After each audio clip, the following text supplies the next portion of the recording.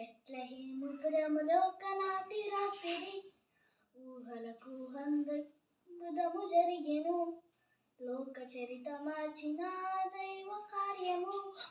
కన్య మధ్య గర్భమందు శిశువు పుట్టెను. ఆశ్చర్యము ఆనందము రాజు యేసుక్రీస్తు జననము. ఏమదుషము ఆ మహత్యం సహోన్నతుని స్వరూపం ప్రత్యక్షము.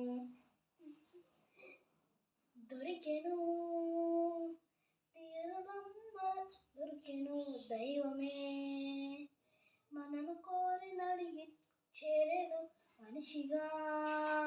మన మధ్య చేరని జన్మలకు పశువులా తొట్టెలో నిదురు చేసెను. అన్ను బాల యేసును చూడొచ్చి కొందరు మనకు శిశువు పుట్టెను ఓంకరించిపోయెను.